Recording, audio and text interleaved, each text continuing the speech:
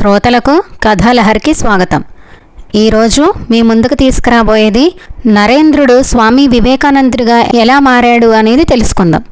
1886లో రామకృష్ణ పరమహంస తన భౌతిక దేహాన్ని విడిచారు. ఆయన చివరి క్షణాల్లో నరేంద్రను దగ్గరికి పిలిచి, నరేంద్ర, నా శక్తినంతా నీకు ధారపోస్తున్నాను, నువ్వు లక్షల మందిని ఆధ్యాత్మిక మార్గంలో నడిపించాల్సి ఉంది అని చెప్పి ఆయన కన్నుమూశారు.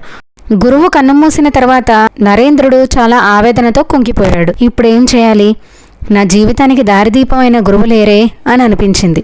కానీ ఆయనకు రామకృష్ణ ఇచ్చిన ఆశీర్వచనాలు ఎప్పటికీ గుర్తుండేవి. రామకృష్ణ శిష్యులు అంతా కలిసి కలకత్తా సమీపంలో బారానగర్ ప్రాంతంలో ఒక చిన్న ఇంటిని అద్దెకు తీసుకున్నారు. అక్కడే వాళ్ళు మఠ జీవితం ప్రారంభించారు. చాలా పేదరికంలో తినటానికి తిండి కూడా సరిపోని రోజులు గడిపారు. కానీ నరేంద్ర అన్నిటినీ భరించి శిష్యులందరికీ ధైర్యం చెప్పాడు. మనం మన గురువు కలను నెరవేర్చాలి. ఆయన మనలోనే ఉన్నారు.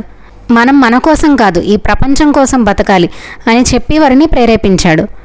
కొన్ని సంవత్సరాల తర్వాత నరేంద్ర తన శిష్యులందరికీ సన్యాస దీక్ష ఇచ్చాడు.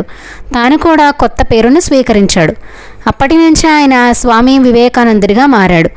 ఈ పేరులోనే ఆయన సాధించాలనుకున్న లక్ష్యం దాగి ఉంది.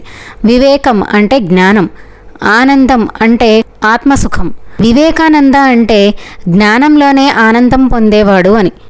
స్వామి వివేకానందుడు తర్వాత భారతదేశం అంతా పాదయాత్ర చేశారు. పేద ప్రజల కష్టాలు, ఆకలి, దరిద్రం ఆయనకు కళ్లకు కట్టినట్టు కనిపించాయి. అప్పుడైన మనసులో బలంగా ఒక సంకల్పాన్ని చేసుకున్నారు. నా మతం కేవలం ఆలయాలకి మాత్రమే పరిమితం కాదు, మనుషుల సేవే దేవుని సేవ.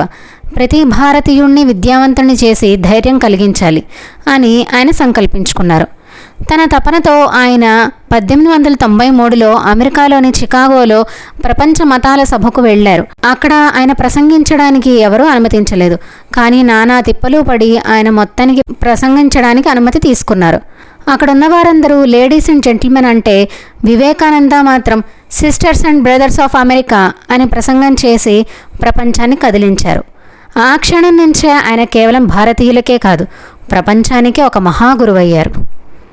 ఈ రోజుకి కథతో ముగిద్దామండి. తిరిగి ఇంకొక కథతో కలుద్దాం.